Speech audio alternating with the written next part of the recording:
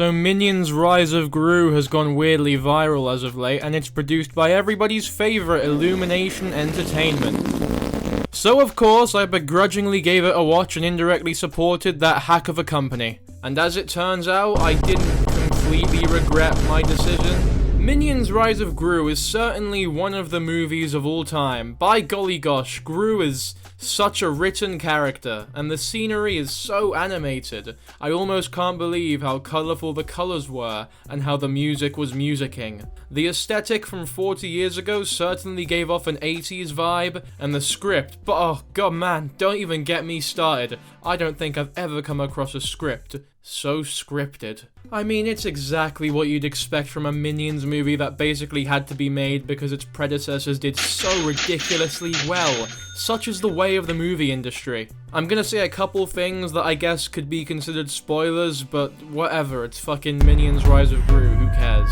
So the actual plot is awfully simple. The characters are all fighting over a watch that goes mental when the Chinese New Year starts, so they can be the most epic villains. There's 4 subplots here, and I'll describe the qualities of each one from best to worst. The most entertaining parts of this movie were Gru scenes, and this is actually a fairly interesting point of conversation. Most of us can agree that the first Despicable Me film is the best thing Illumination has ever produced, and the best film in the Despicable Me cinematic universe, I guess. Weirdly enough, this first movie is also the least reliant on the Minions, and more so focused on the protagonist of Gru and the relationship with the 3 orphans.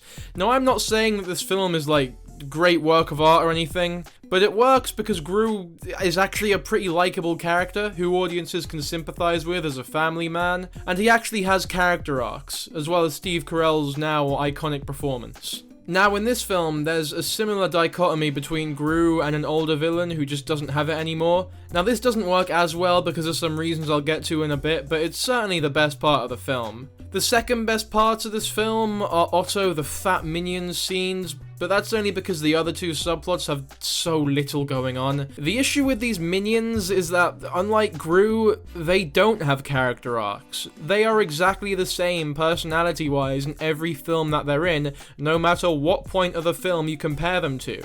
Now, when you have an entire film saga where these are your most marketed characters, this becomes a huge problem for anyone who isn't a stupid child who laughs at their funny asshole and fart jokes. For the rest of us, these yellow little fucking devils are horrifically boring, and they can all go fuck themselves and get AIDS for all I care.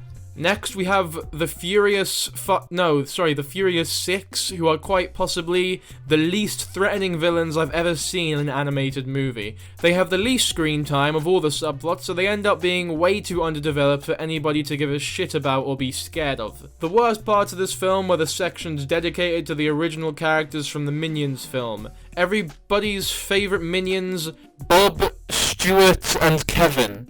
None of these characters in this movie were particularly unlikable, apart from some strangely ambiguous, I suppose, East Asian woman who's supposed to be like a kung fu warrior. She completely deaded the film the entire time she was on screen. She's just sort of introduced out of nowhere with no explanation, takes up way too much screen time, and all of her scenes can basically be amounted to filler. Now that begs the question, how the fuck is there so much filler in an 80-minute children's movie? And perhaps it's because the plot that these events are predicated upon is just far too simple. Much like her introduction, her exit is a load of shite. Though I'm glad she never came back, and I hope she died horrifically off screen.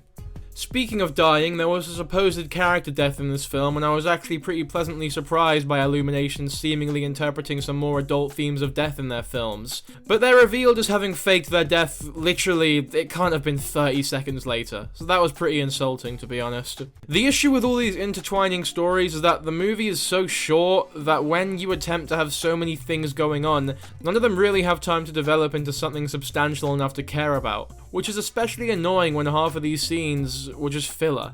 Which would be okay if the jokes were funny, but it wasn't. It was fucking Minions Rise of Gru. Everything else was just sort of serviceable. I mean, it's Illumination, so don't expect anything from the music or the visuals. I will say that some of the action in this film was shockingly well done, and there was actually a nice bit of tension here and there that you'd expect from a spy film, so that was a pleasant surprise. There's a nice bit of fan service, I suppose, even if it does seem a little bit shoehorned in every now and then. It's odd, right, because my generation is the one that grew up with Despicable Me, but I feel as though all of us are a bit too old for the franchise now, because it's not exactly evolved at all. I mean, it's literally just been getting worse and worse. So the people who unironically enjoy Rise of Gru may not have even been born when Despicable Me was released, which is certainly a strange thought. Anyway, 4 out of 10.